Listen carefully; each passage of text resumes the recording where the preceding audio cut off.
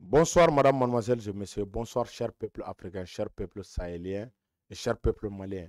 Vous avez en face de vous le camarade Amara Silla, communément appelé le juriste chercheur. Aujourd'hui, nous avons au programme le décryptage du discours du docteur Choguel Kokala Maïga. J'ai fait la version en Bambara et je vais essayer de faire un peu le ramasser en version française, car nous sommes au sein de l'AES. Nous avons le devoir vraiment de transmettre les informations dont nous avons reçues, car nous ne travaillons pas pour nous seulement, pour toute l'Afrique. Docteur Choguel Kokala Maïga a fait une intervention hier, si je ne me trompe pas. Hier, jeudi 23 janvier 2025. Voilà, la date remonte à ça. Donc, c'est une nouvelle intervention concernant le retrait des pays de l'AES de la CEDEAO. Vous savez, ils ont commencé leur campagne de désinformation pour essayer de créer un climat de peur et de doute dans l'esprit des peuples de l'AES. Au motif que la sortie de l'AES de la CEDEAO va entraîner une crise économique sans précédent, une catastrophe naturelle, une catastrophe humanitaire et même sécuritaire. Donc, Dr Choguel Kokala Maïga est sorti encore en tant que vraiment révolutionnaire, panafricaniste dans l'âme. Il est sorti pour rassurer le peuple de l'AES et le peuple de l'Afrique que la sortie de la CEDEAO ne va engendrer aucune perte économique, aucune perte financière. Que les uns et les autres se rassurent que la sortie de l'AES de la CEDEAO, notamment même en ce qui concerne le Mali, ne veut pas dire que nous ne sommes pas pour l'intégration africaine. Il a fait une brève historique de la création de la CEDEAO. Vous savez, la CEDEAO a été créée à partir de 1975. Choguel a rappelé, c'est à la suite de la visite du président nigérien de l'époque, le général Yacoub, en République du Mali. Il est venu rencontrer le général Moussa Traoré. C'est à partir de cette rencontre qu'est germée l'idée de la création vraiment d'une organisation ouest-africaine, dans le but de faciliter la libre circulation des personnes et des biens. Donc, le Mali est membre fondateur. En tant que pays fondateur d'une organisation internationale sous-régionale, vous ne pouvez pas être vraiment une source de désintégration de cette organisation. Si tout se passe dans les règles de l'art et si on applique réellement les textes en vigueur de cette organisation. Si la CEDEAO ne violait pas ses propres textes, le Mali, le Burkina et le Niger n'allaient jamais sortir. Il a pris l'exemple du cas de l'embargo intervenu sur le Mali à partir de 2021 à la suite de la rectification. Lorsqu'on dit la rectification, c'est lorsque le président Assimi Goïta est devenu président de la transition et Dr Choguel Kokala Maïga, Premier ministre. C'est cette période qu'on appelle période de la rectification.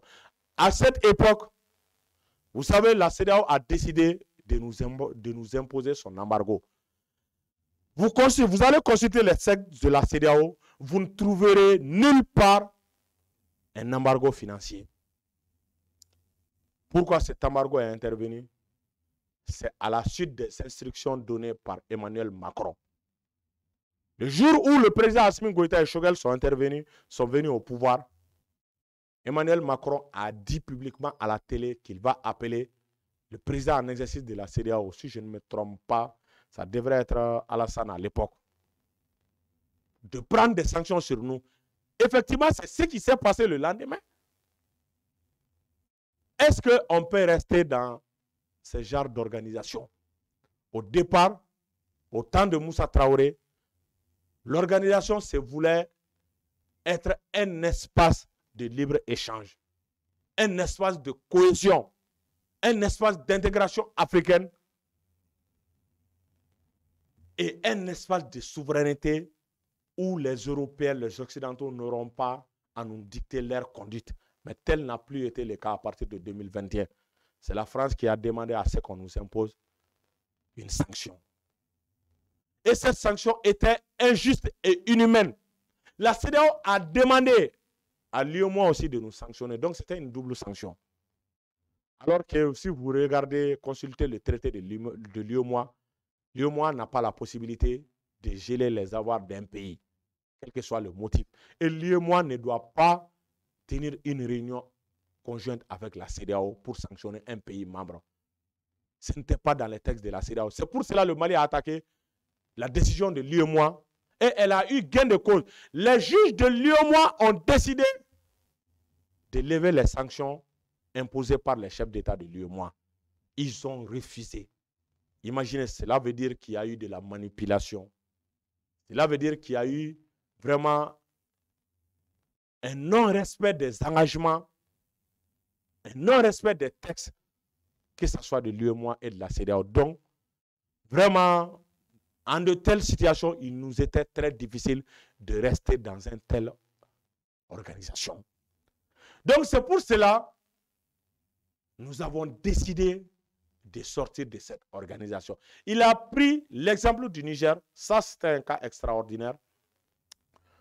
Si vous analysez le cas du Mali, la CEDEAO nous a imposé un embargo partiel,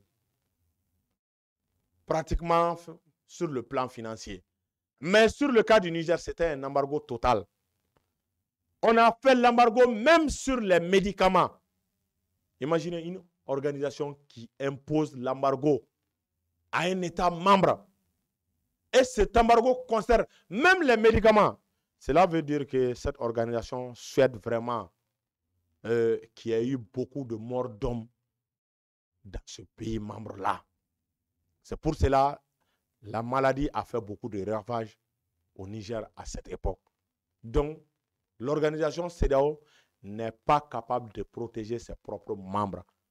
Au contraire, c'est-à-dire c'est elle-même qui expose ses propres membres à l'agonie, à la souffrance.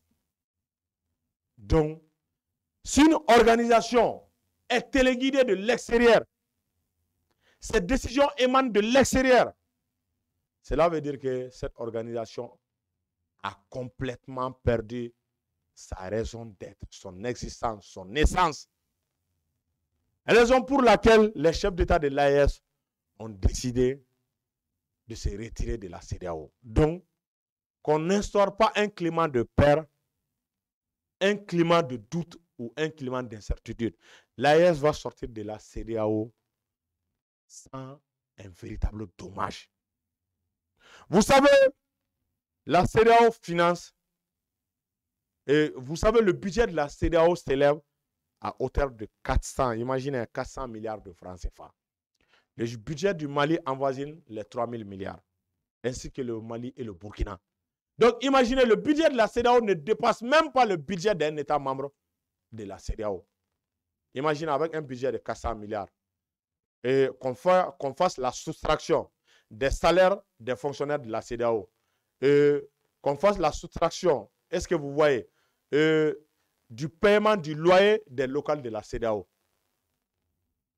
Regardez vous-même le reste de cet argent, est-ce que pourra permettre à la CEDEAO de financer des opérations militaires, de mettre sur pied une force en attente sans l'aide des Occidentaux? Non, ça c'est impossible.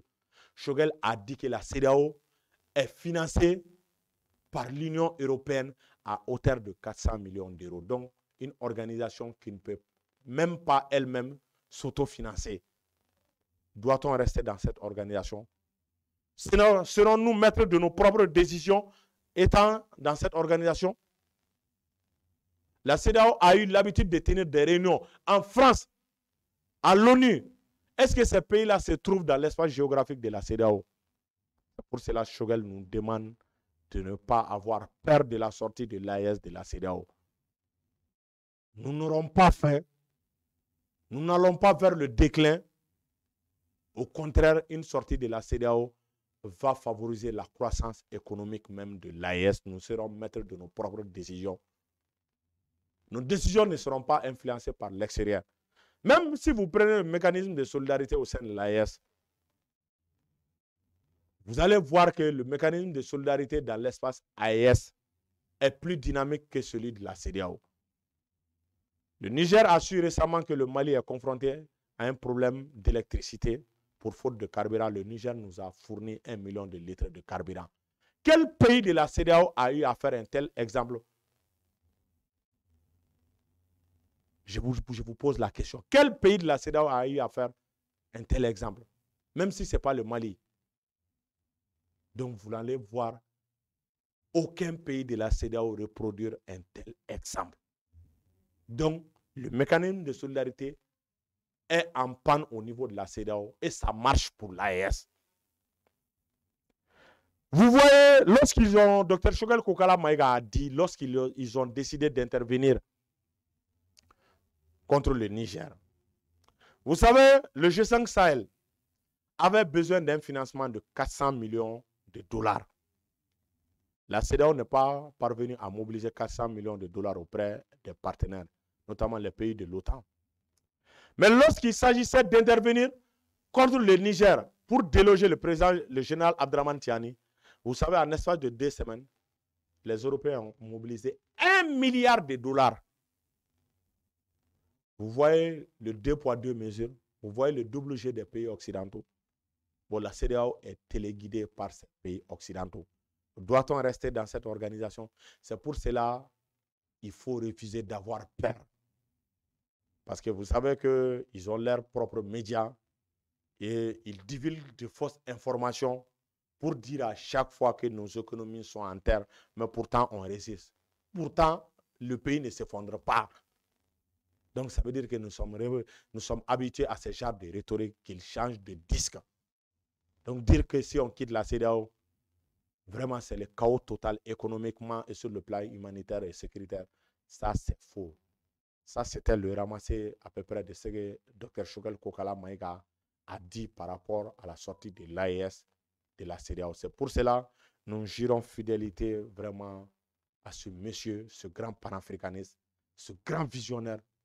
Nous avons un baobab ici au Mali, un baobab qui sert, dont les racines serrent toute l'Afrique. Je vous remercie.